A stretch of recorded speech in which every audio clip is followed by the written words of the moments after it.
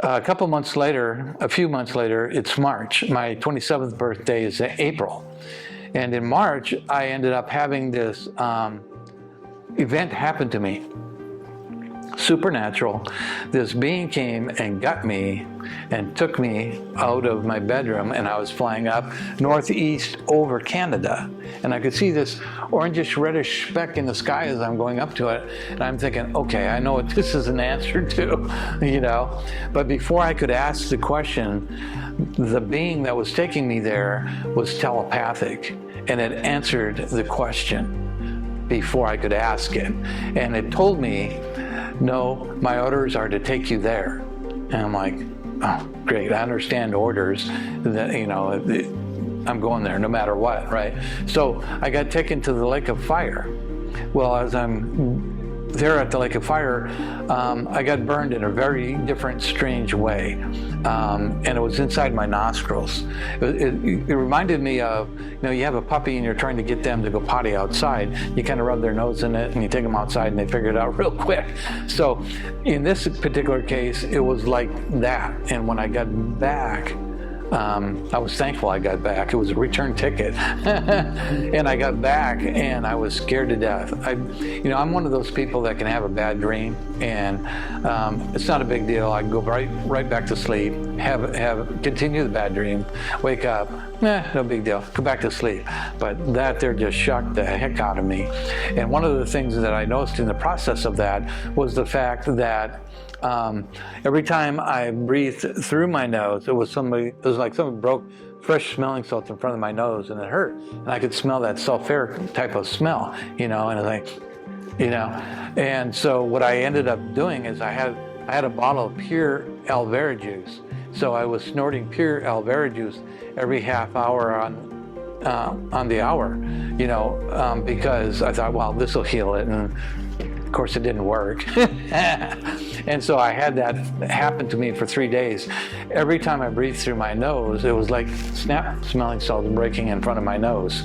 And I didn't sleep real well during those 3 days, because sooner or later I'd nod off and I'd close my mouth and breathe through my nose. And it was like, you know, it was one of those moments. And so that was 3 days. It didn't matter if I was going to work or if I was going to the gym, or it just didn't matter. Anytime I breathed through my nose, I could smell that sulfuric smell, and it was like somebody was breaking fresh smelling salts in front of my nose. Yes. Tell us, what was it like in the lake of fire? You had all of your senses. Yes. So just like you are now, were they heightened? Were they more heightened than usual? I think I would say they were normal from the standpoint of I was completely wide awake, like waking up in the morning and you're very alert, right? And I couldn't believe that nobody else was there. It's kind of like, where's Hitler? Where's Idi Amin? Where's all these bad guys? Why am I and this being the only ones here? Well, when I started reading the Bible, I came to understand that the first two people into the lake of fire are talked about in the book of Revelation only. And the first two there are the Antichrist and the false prophet. The rest of the people that are destined for it don't get there until later on. So that's why they weren't there. But there is a place down below the earth which is called hell. And I'll just go ahead and say right now, there's a good side and a bad side. Yeshua is the Hebrew name for Jesus.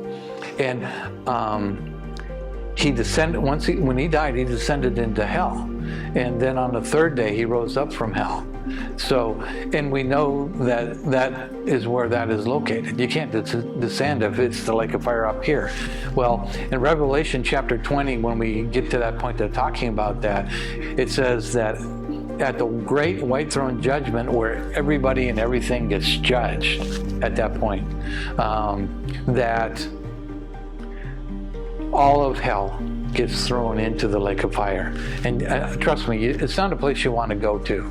It's just not a pleasant place. You don't want to spend your eternity there.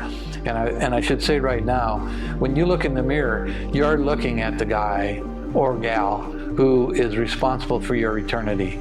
Eternity is forever. You don't want to be in the lake of fire forever in this this new body that Jesus has. We're all going to get it.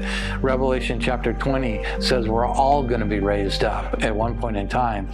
Some are going to have their names written in the book of life.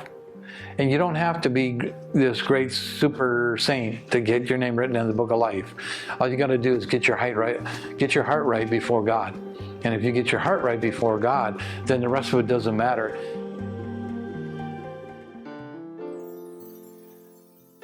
Father, we just thank you so much. There's no name above your name. I wouldn't serve any other name. Yeshua, Mashiach. There's power in the name. There's victory in the name. There's healing in the name. Healing. Anointing in the name. Yes. There is peace in the name. If you would speak aloud the name, that every knee shall bow before. Every knee. Every tongue proclaim. There's power in the name. Power. There's victory in the name. There's healing in the So much healing. anointing in the name. Yes.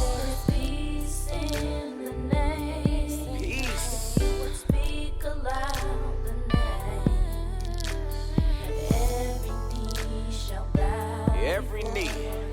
Every tongue proclaim. Yeshua, Mashiach, Jesus Christ. Jesus. The name That name. is above all names. It's above all names.